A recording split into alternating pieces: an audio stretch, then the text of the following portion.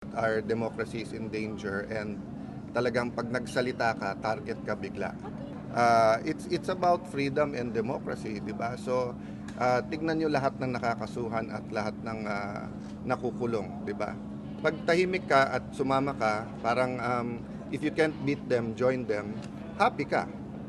Pero malungkot ang bansa. Pero pag tayuan mo yung mga prinsipyo mo, ikaw pa kakasuhan, di ba? Will this be that the Senate is already resuming with impeachment, with budget, with LEDAC bills?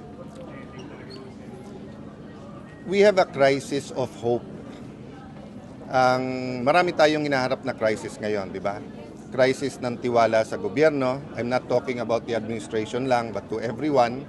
Hindi lang dahil sa batuhan ng akusasyon kasi after 1 year, hindi pa klaro yung reforms dun sa flood control at infrastructure scandal. Yung day-to-day na corruption, whether yan ay traffic violation, yan ay permits, ay parang naging naging sa kultura na natin. Having said that, unknown pa or uncertain kung ano nangyayari sa Middle East, kaya ang presyo ng gasolina, asahan nyo na bababa ng konti, after 2 months, 3 months, tataas na naman. Maraming maliliit na negosyo ay umaangal na hirap na po sila. So on one side, magandang na itaas yung minimum wage, especially sa malalaking kumpanya na napakaganda naman ng profit margins. On the other hand, for small businesses, may question mark din, di ba? Tapos yung spending, OFWs nangangamba na pag tinamaan nga yung mga bansa nila, lalo sa Kuwait, Bahrain, Qatar, ay baka mawalan sila ng trabaho. Then of course, for many in the opposition, yung undeclared martial law is an issue and meron nga bang election sa 2028. So all of this, SONA is an opportunity to give some certainty.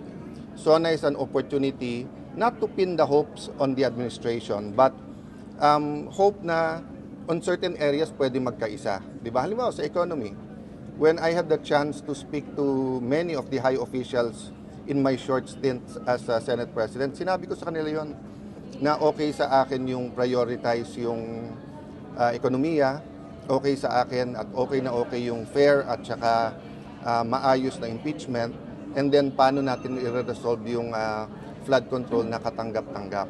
So it's an opportunity, mamaya is an opportunity, but as you said nga, no, kanina binibilang ko lang yung oras eh. So if you have to wake up at 7 to be prepared and to be here at 10 for the impeachment trial, may 1 hour leisurely lunch ka. But let's say 4 to 7 yung session. So ang matitira mo lang meeting time, if you like meeting ng lunch, breakfast or dinner, is dinner. So kung makauwi ka ng mga 9 o'clock, magbabasa ka ng 1-2 oras, 11, gising ka ulit ng 6-7, parang talagang ang gagawin mo na lang ay yung session hall at saka yung impeachment ng Monday to Wednesday. Meron naman Thursday to Saturday, but given that our senators are elected nationwide at dapat nagpapakita din kami sa other parts of the country, it'll be a challenging, hindi ko talaga malaman kung 3 months, 6 months, meron ngayon sinabi ni Senator Win na sa takbo ngayon baka umabot ng 1 year. So let's see, but we just have to rise to the challenge. How will you be adjusting, sir? Knowing na tao rin naman kayo at na budget? Partly you plan it. Well, yun yung main concern ko. Malaki sa mga skandalo ay hugot sa budget. So yung mas concern ko nga na pag umabot to ng late October, November, kasi remember kahit na November na yung budget hearings dito or October during the break, binabantayan na namin yung sa House, binabasa na namin yun eh. So yun ang medyo mabigat. Tapos alam na ilan na ba yung secretaries na hindi pa nako-confirm. Diba? Marami pa, sir. Parang 8. Pero Senator, sir, sa atin kayo ng... I'll just have Yeah.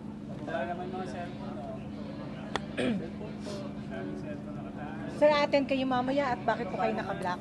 Hindi pa kami nag-uusap lahat. Ako mas preference ko siguro panoorin na lang sa TV. Baka mas komportable din yung administrasyon that way, and it's my simple way of protesting pati sa pagblablak. unlike in 1986, 87 na ramdam talaga na may question of democracy.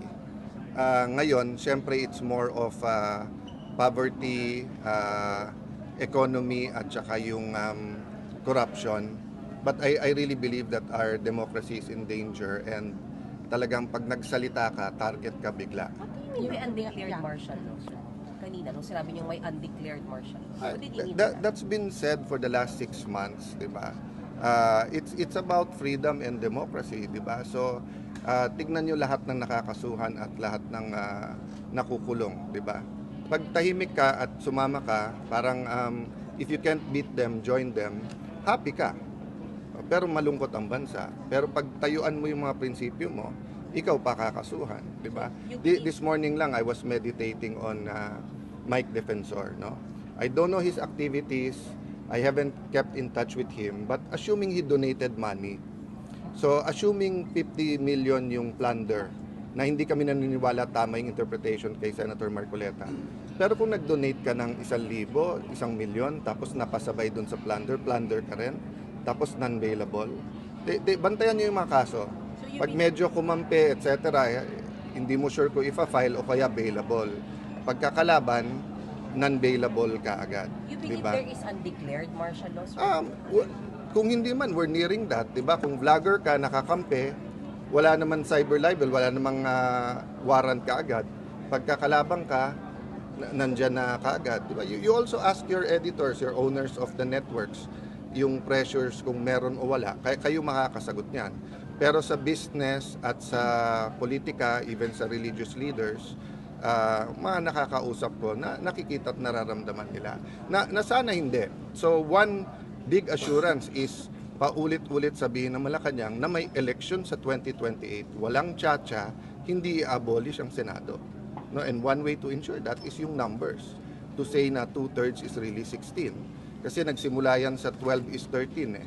'Di ba? Tapos ngayon, first few days sinabi nga 16.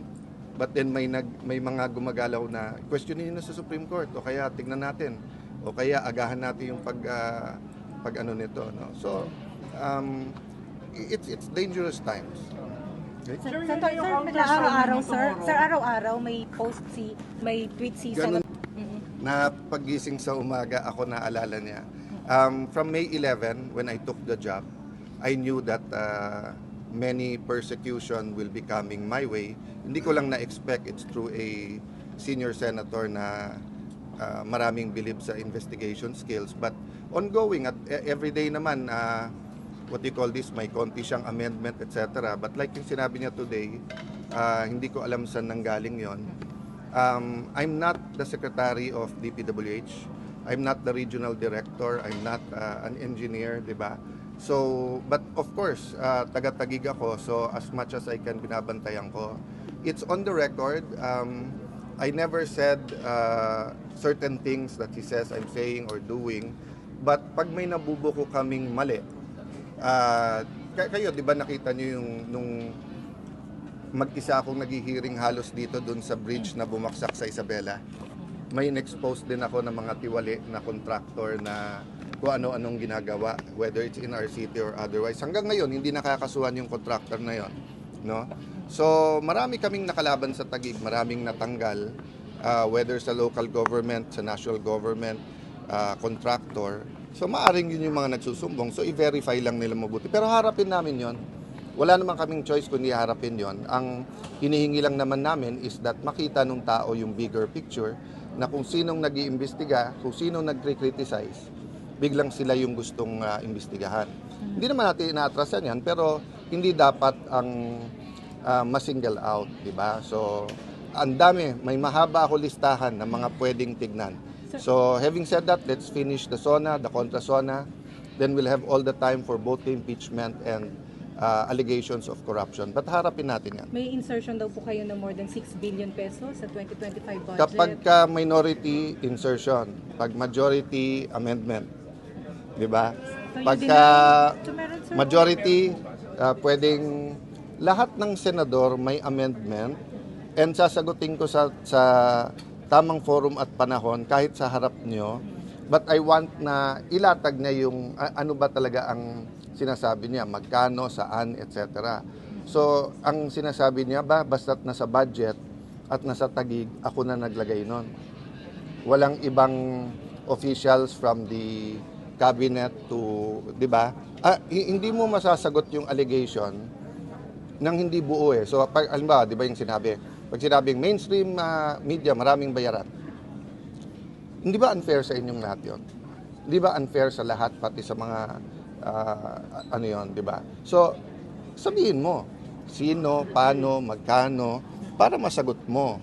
Di ba? So, din po siya sa tweet na yung mga projects na nabayaran ng alin project nga yun? Alin project yun?